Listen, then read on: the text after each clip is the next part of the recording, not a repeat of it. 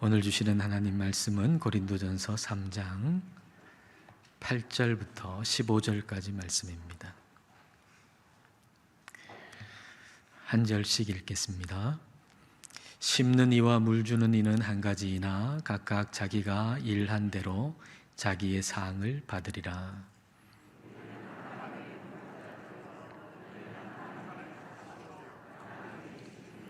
내게 주신 하나님의 은혜를 따라 내가 지혜로운 건축자와 같이 터를 닦아두매 다른 이가 그 위에 세우나 그러나 각각 어떻게 그 위에 세울까를 조심할지니라.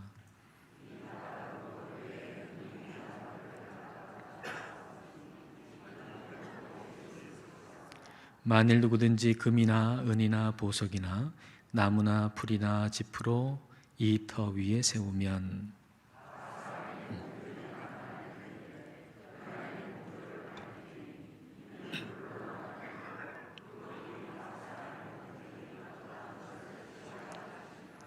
만일 누구든지 그 위에 세운 공적이 그대로 있으면 상을 받고 누구든지 그 공적이 불타면 해를 받으리니 그러나 자신은 구원을 받되 불 가운데서 받은 것 같으리라. 아멘.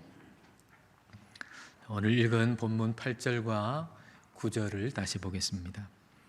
심는 이와 물 주는 이는 한 가지이나, 목적이 같다는 거죠. 같은 목적으로 심고 물을 준다는 겁니다.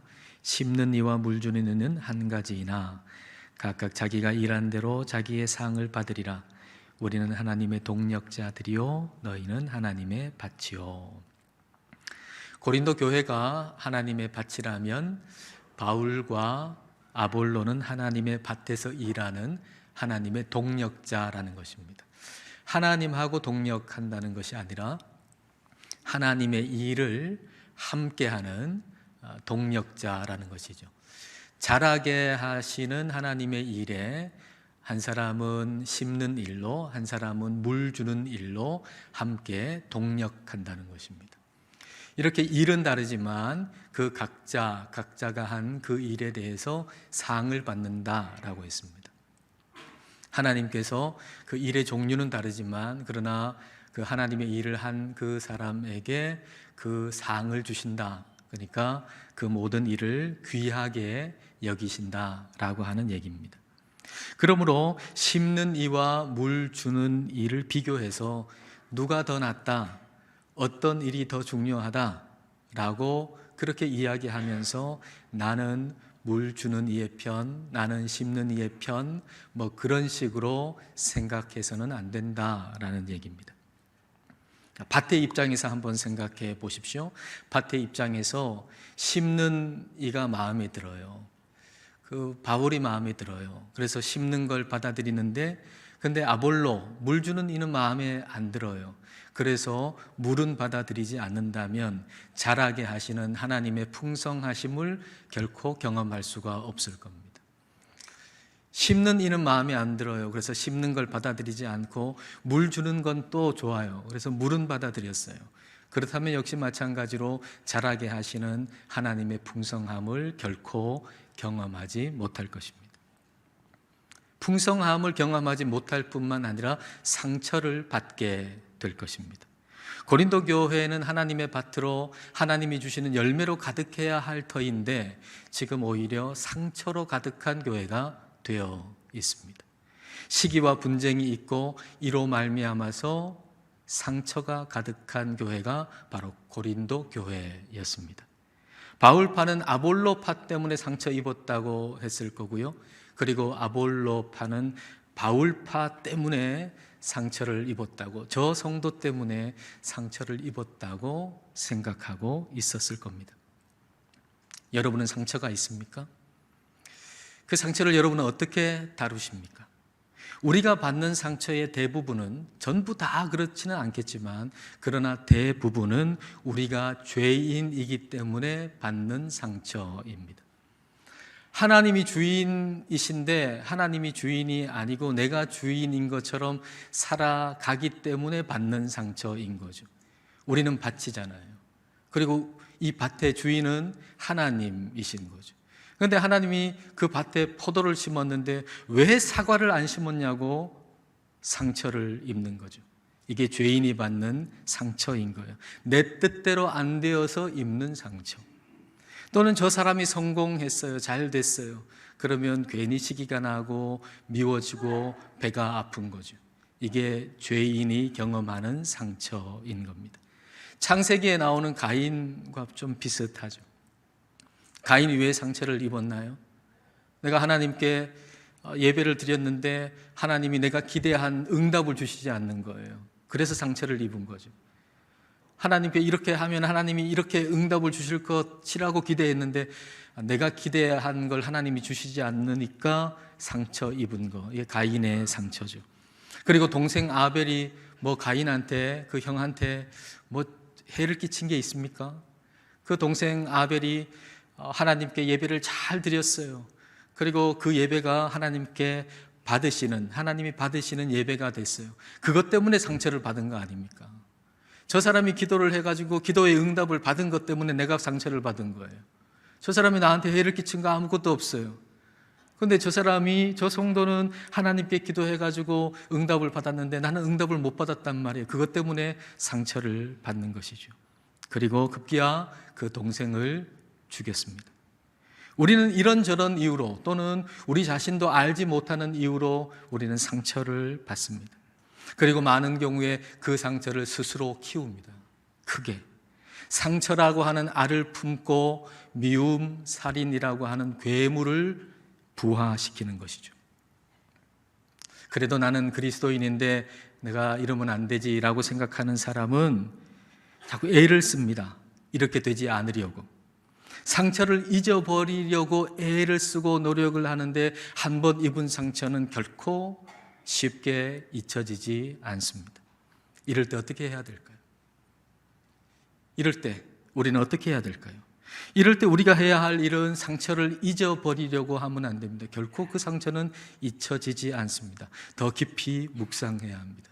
이때 묵상하는 상처는 내 상처가 아니라 예수님께서 나를 위해서 십자가에서 받으신 상처입니다. 여러분 한번 생각해 보세요. 참 묘한 게, 참 신기한 게 예수님께서 십자가에 못 박혀 죽으시고 다시 사셨을 때 그 부활의 몸에는 상처가 하나도 없어야 될 것 같지 않습니까?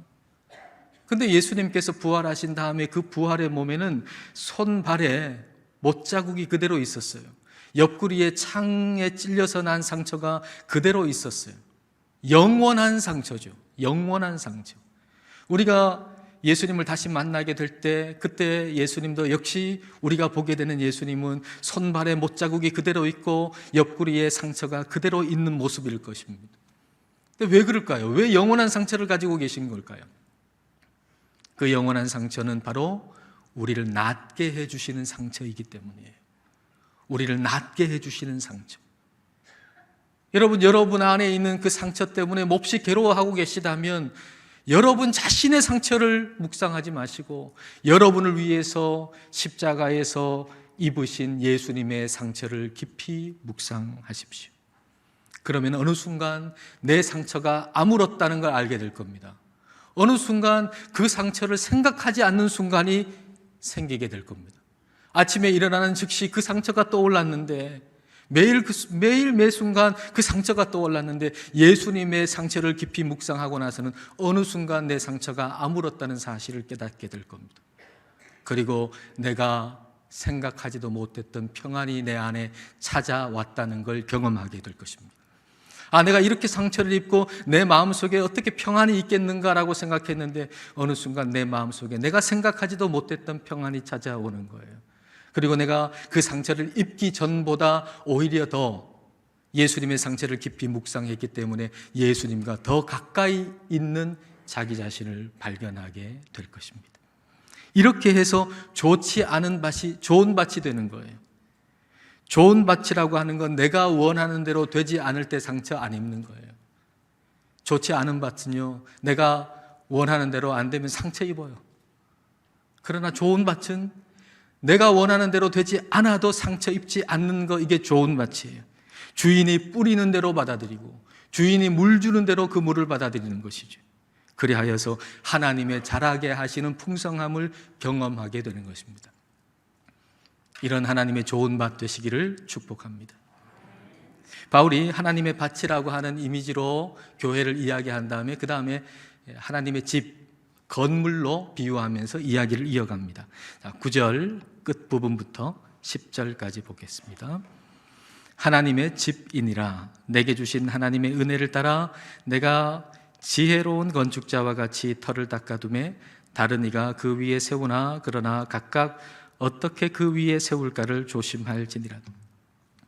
바울이 하나님의 밭에 심었고 그리고 아볼로가 물을 준 것처럼 하나님의 집으로 이제 비유한다 그러면, 건물로 비유한다면 바울이 터를 닦았고 그 위에 아볼로나 다른 사람이 건물을 세우는 것이다 라는 얘기죠.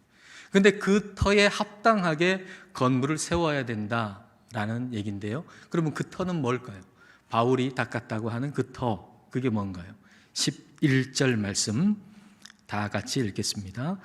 이 닦아둔 것 외에 능히 다른 터를 닦아둘 자가 없으니 이 터는 곧 예수 그리스도라. 터는 예수 그리스도이십니다. 근데 교회는 이 터 위에, 예수 그리스도 위에 세워져야 합니다.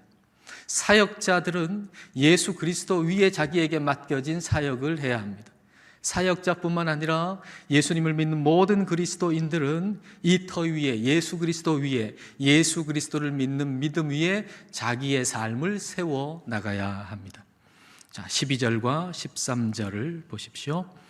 만일 누구든지 금이나 은이나 보석이나 나무나 풀이나 지프로 이 터 위에 세우면 각 사람의 공적이 나타날 터인데 그 날이 공적을 밝히리니 이는 불로 나타내고 그 불이 각 사람의 공적이 어떠한 것을 시험할 것임이라. 공적이라고 번역된 헬라어 에르곤이라고 하는 단어는 일, 행동을 뜻하는 단어입니다. 그러니까 각 사람이 한 행동, 일, 그 삶이 두 가지로 나누어질 수 있는데, 하나는 금이나 은이나 보석같이 불로 태워도 불을 견디는 것, 그런 일, 그런 행동, 그런 삶이 있다는 거죠. 그리고 또 하나는 나무나 풀이나 지푸라기 같이 불에 태우면 태워지는 그런 일, 그런 행동, 또 그런 삶이 있다라는 것입니다. 우리가 어떤 재료로 예수 그리스도라고 하는 터 위에 우리의 삶을 세웠느냐? 다시 말하면 우리가 예수님을 믿은 다음에 우리가 어떻게 살아가느냐라고 하는 것에 대해서 불이 지나가는 것 같은 테스트가 있다라는 거예요. 지금은 겉보기에는 다 비슷한 것 같고 이래도 되고 저래도 되는 것 같지만은, 그러나 불이 지나가는 것 같은 테스트가 반드시 있다라는 얘기입니다. 14절, 15절입니다. 만일 누구든지 그 위에 세운 공적이 그대로 있으면 상을 받고 누구든지 그 공적이 불타면 해를 받으리니 그러나 자신은 구원을 받되 불 가운데서 받은 것 같으리라. 불로 테스트를 했는데 금, 은, 보석 같은 삶을 살아가서 불타지 않고 그대로 있다면 그 사람은 상을 받을 것이다. 그러나 나무, 풀, 지푸라기 같아서 불에 타버린다면 해를 받는다. 마치 불타는 집에서 겨우 목숨만 살아서 나온 모습과 같다. 이런 얘기를 지금 하고 계신데요. 이걸 얼핏 생각하면 상 없는 부끄럽고 초라한 구원을 말하는 것처럼 들립니다.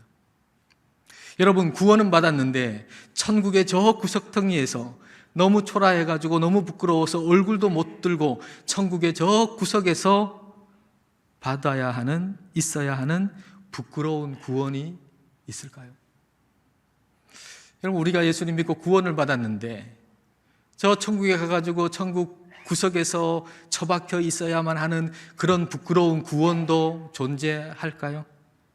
하나님께서 주시는 상이라고 하는 것이 마치 예전에 우리가 초등학교 때 운동회 해가지고 달리기 1등 하면 공책 3권, 2등 하면 2권, 또 3등 하면 1권 주는 그런 차등이 있는 상. 그래서 천국에서 내가 공책 1권 받고서 공책 3권 받은 사람을 시기하면서 내가 좀 더 잘해가지고 3권 받을 걸, 이렇게 하는 천국의 모습이 가능한 것일까요? 분명한 것은 천국에는 시기와 경쟁을 불러일으키는 종류의 상은 없을 거라고 하는 것입니다. 바울이 지금 이 지상의 교회에 대해서 시기와 분쟁이 있는 것, 그것에 대해서 지금 지적하고 있잖아요. 고린도 교회, 지상의 교회, 고린도 교회뿐이겠어요? 이 세상의 모든 교회, 우리 교회 포함해서 모든 교회에 대해서 시기와 분쟁이 있다라고 하는 걸 그래서는 안 된다고 지금 지적하고 있는 거죠. 그런데 천국에서 받는 상으로 인해서 천국에서 상 받은 사람과 그렇지 않은 사람이 갈라지는 그런 천국의 모습을 우리가 상상할 수 있겠느냐라고 하는 거예요. 그런 것을 지금 얘기한다고 하면 앞뒤가 안 맞는 얘기잖아요.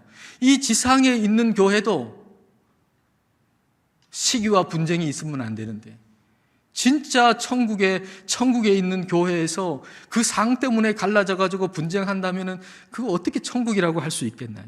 상 받는 구원을 받은 사람하고 상 없는 초라한 구원을 받은 사람들이 두 파로 나뉘어진 천국을 우리는 결코 상상할 수가 없는 것입니다. 여러분, 초라한 구원이 어디 있겠습니까? 초라한 구원이 어디 있겠어요? 보잘것없고 시시한 구원은 없어요. 하나님이 우리에게 주신 구원은 놀랍고 크고 위대하신 구원이에요. 그러나 그 큰 구원을 시시하게 여기고 그 구원에 합당하지 않게 살아가는 이 지상에서의 삶은 있을 수 있다는 것이죠. 그 큰 구원을 받았는데 그 구원에 합당하지 않게 시시하게 살아가는 삶은 있을 수 있다는 거예요. 오늘 본문이 말씀하는 게 바로 이거예요. 시시한 구원이 있다는 걸 얘기하는 게 아니라 나무나 풀이나 지푸라기처럼 구원에 합당하지 않는 삶이 있다는 것입니다. 그 큰 구원을 받았다면 그 구원에 합당한 금, 은, 보석과 같은 삶을 살아가라, 그런 얘기를 지금 하고 계시는 거예요. 하나님은 그 삶에 대해서 반드시 상을 주신다는 거죠. 금이나 은이나 보석 같은 삶을 살아갈 때 우리는 이게 손해가 되는 것처럼 여겨질 때가 있어요. 그러나 결코 그렇지 않다. 하나님이 기억하시고 상을 주신다. 결코 구원에 합당한 삶을 살아가는 것은, 말씀을 따라 살아가는 것은 손해가 아니다 라고 말씀해 주시는 것입니다. 그러면 금이나 은이나 보석 같은 삶이라고 하는 것, 그건 어떤 삶일까요? 그것은 주님의 날에 불타버릴 것 같은 행동이나 삶, 그걸 손해로 여기면서 사는 삶입니다.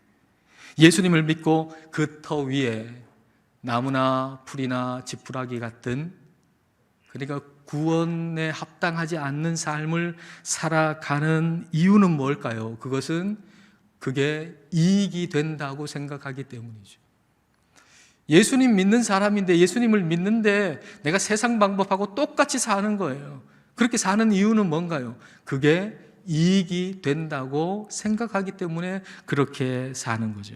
이렇게 되지 않으려면 그걸 구원에 합당하지 않는 삶을 손해로 여겨야 된다는 거예요. 저건 손해야. 내가 말씀대로 안 사는 거, 이거 손해야.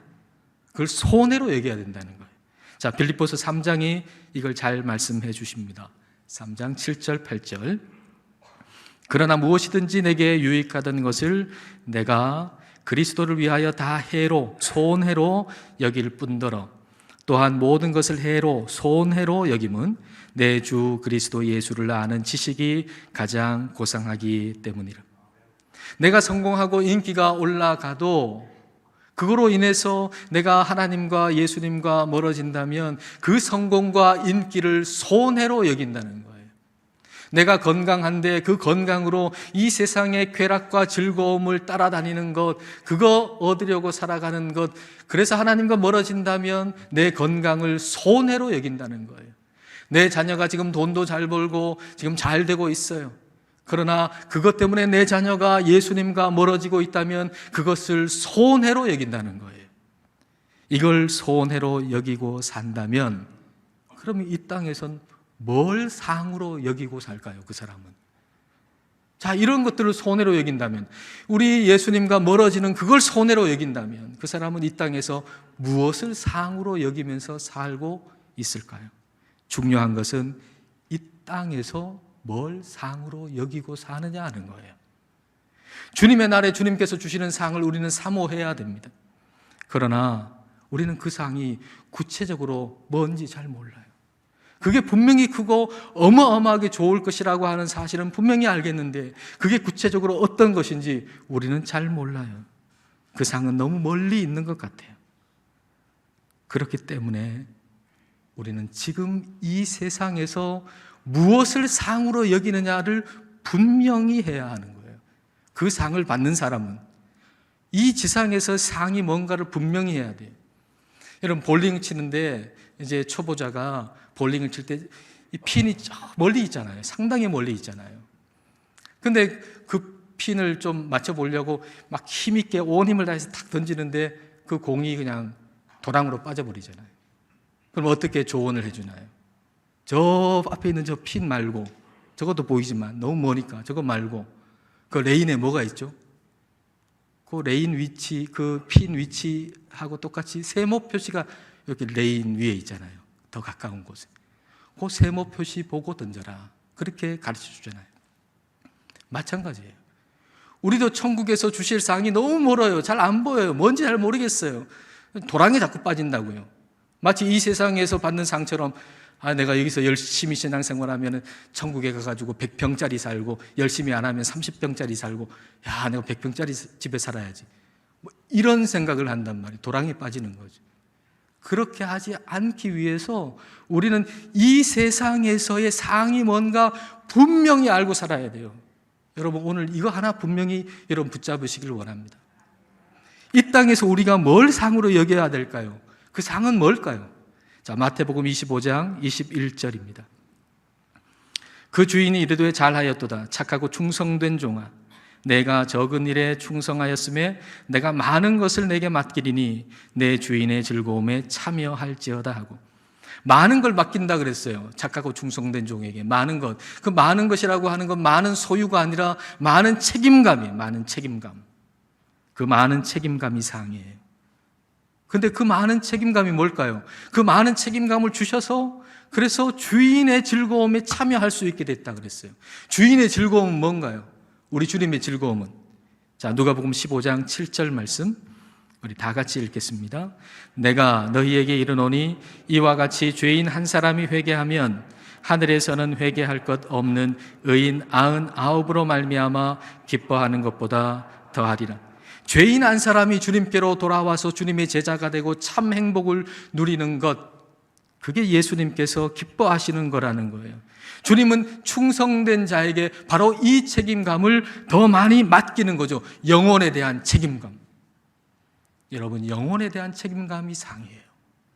만일 여러분 마음속에 이전에는 그런 책임감이 없었는데 지금 여러분 마음속에 그런 책임감이 있다면 한 영혼이 주님께로 돌아와야 한다는, 내가 복음을 전하고 그렇게 살아서 한 영혼이 주님께로 돌아와야 한다는 책임감이 여러분 안에 지금 있다면 여러분은 지금 상을 받은 거예요.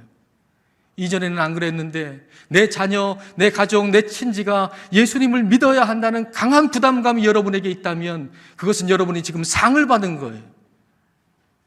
더 많은 영혼이 주님께로 돌아와서 주님 안에서 참된 진리를 알고 참된 행복한 삶으로 살아가는 것, 그것에 대해서 책임감을 가지고 살아가는 것, 그것을 이 땅에서 상으로 여기는 사람이 천국에서 상을 받는 사람입니다. 여기서 중요한 포인트는 한 사람이 주님 안에 돌아와 주님을 믿고 복된 삶을 살아가는 것, 그 자체를 목적으로 여기고 그리고 상으로 여긴다는 거예요. 그걸 통해 내가 다른 걸 얻는 게 아니라 그걸 상으로 여긴다는 거예요. 데살로니가전서 2장 19절과 20절입니다. 우리의 소망이나 기쁨이나 자랑의 면류관이 무엇이냐? 그가 강림하실 때 우리 주 예수 앞에 너희가 아니냐? 너희는 우리의 영광이요 기쁨이니라. 바울이 전도하고 기도하고 말씀을 가르치고 양육해가지고 그 사람이 예수님의 제자가 됐어요. 근데 그 예수님의 제자가 된 사람이 주님이 다시 오실 때 예수님 앞에 서 있잖아요. 그럴 때 바로 그 사람이 나의 영광이고 기쁨이고 자랑의 면류관이다라는 얘기죠. 그 사람이 상이다 이 말이에요. 그 사람이 나의 상이다. 여러분, 우리가 서로 섬기는 것은 잘 섬겨가지고 저 사람을 잘 섬겨서 내가 어떤 다른 걸 얻기 위함이 아니라 그 사람이 목적인 거예요. 그 사람을 잘 섬겨서 그 사람이 우리 주님을 잘 믿고 복되게 살아가는 것 그 자체가 나에게는 상인 거예요. 우리가 어떤 사람을 전도하고 복음을 전하고 말씀을 가르치고 양육하는 것은 그렇게 해가지고 내가 어떤 다른 걸 얻기 위한 게 아니라 그 사람이 그렇게 말씀으로 양육받고 주님의 제자로 복되게 살아가는 것 그 자체가 우리의 목적이라는 거예요. 그게 우리의 상이라는 거예요. 그게 저와 여러분의 상이에요. 사람이 결코 우리가 하늘에서 받을 상을 위한 수단이 아니라는 겁니다. 어떤 책에 제가 이런 내용 읽은 기억이 나요. 구체적인 내용을 잘 모르겠는데 어렴풋하게 기억나는 건 이런 내용이에요. 어떤 사람이 아파가지고 병원에 입원했어요. 근데 병원에 입원했는데 그 병원에 어떤 직원인지 간호사인지 의사인지 모르겠는데 그 사람이 이 환자를 너무 극진하게 돌봐주고 너무 친절하게 대해주는 거예요. 너무 감사하죠, 환자 입장에서. 그동안에 이런 사람 본 적이 없는데 너무나 친절하고 너무 극진하게 돌봐줘서 너무 감사해서 이 사람에게 왜 나한테 이렇게 잘해주십니까? 라고 물었더니 그 사람이 하는 말이 이렇게 해야 내가 하늘의 상을 받습니다. 그러더래요. 그래서 이 환자도 하나님 믿는 사람인데 너무 실망한 거예요. 아, 내가 수단이구나. 나한테 잘해줘가지고 내가 수단이 되어가지고 저 사람이 하늘에 있는 어떤 상을 받으려고 하는구나. 너무 실망이 된 것이죠. 이 사람이 아픈 사람을 잘 돌봐주고 친절하게 대하는 것은 이 사람이 목적이 아니고 이 사람을 수단 삼아서 내가 생각하는 어떤 상을, 하늘의 상을 받으려고 하는 거예요. 그렇다면 이 사람이 생각하는 하늘의 상은 성경이 말씀하시는 상이 아니라는 거예요. 도랑에 빠진 믿음인 거죠. 저 멀리 내가 생각하는 천국의 상은 내가 생각하는 넓은 집 이런 것만 생각하고 이 세상과 똑같은 물질적인 것으로 생각해가지고 그런 상을 받으려고 열심히 하나 결국은 도랑에 빠지는 신앙일 수밖에 없는 것이죠. 하늘의 상을 받는 사람은 결코 사람을 수단으로 여기지 않습니다. 다른 목적을 위해서 사람을 수단으로 여긴다면 그것은 그 행위가 당장은 좋아 보이고 아름답게 보일지 몰라도 그것은 나무나 풀이나 지푸라기 같이 타버리고 없어지는 것이 될 것입니다. 한 사람이 구원을 받고 주님의 제자가 되고 주님 안에서 진리 안에서 참된 행복을 누리는 것 그 자체를 상으로 여기고 사는 것, 이것이 금이나 은이나 보석 같은 삶입니다. 여러분, 우리는 너무나도 큰 구원을 받았습니다. 이 구원에 합당한 금, 은, 보석 같은 삶을 살아가시는 우리 모두가 되시기를 축복합니다. 기도하겠습니다. 이 시간 우리 기도하실 때 좋은 하나님의 밭이 되기를 기도하십시다. 내가 기대한 대로 안 되었다고 상처받지 않는 좋은 밭이 되기를 기도합시다. 주인이 뿌리는 대로 씨앗을 받아들이고 주인이 물을 주시는 대로 그 물을 잘 받아들이는 밭이 되기를 기도하십시다. 그리고 예수 그리스도의 터 위에 금이나 은이나 보석 같은 삶을 세워나가기를 기도합시다. 내게 유익이 되는 것처럼 보이나 예수님과 멀어지는 것이면 나무나 풀이나 지푸라기 같이 타버리는 손해가 되는 것으로 여기게 해달라고 기도합시다. 그리고 더 많은 영혼이 주님께 돌아와서 주님 안에서 진리를 알고 참된 행복을 누리는 것에 대해서 책임감을 가지고 사는 것을 이 땅에서의 상으로 여기면서 살기를 이 시간 함께 기도하겠습니다.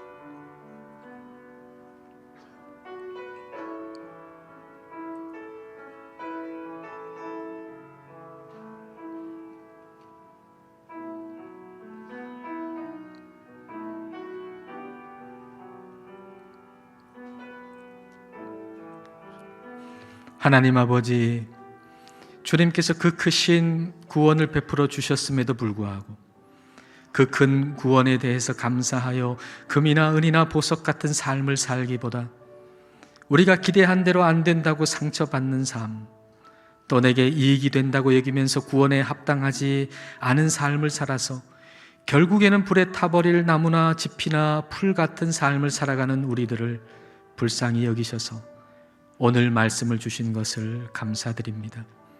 상 주시는 하나님을 믿고 이 땅에서 사는 동안 더 많은 영혼이 주님께 돌아와서 주님 안에서 진리를 알고 참된 행복을 누리는 것에 대해서 더 큰 책임감을 가지고 살아가는 것을 상으로 여길 줄 알게 하옵소서.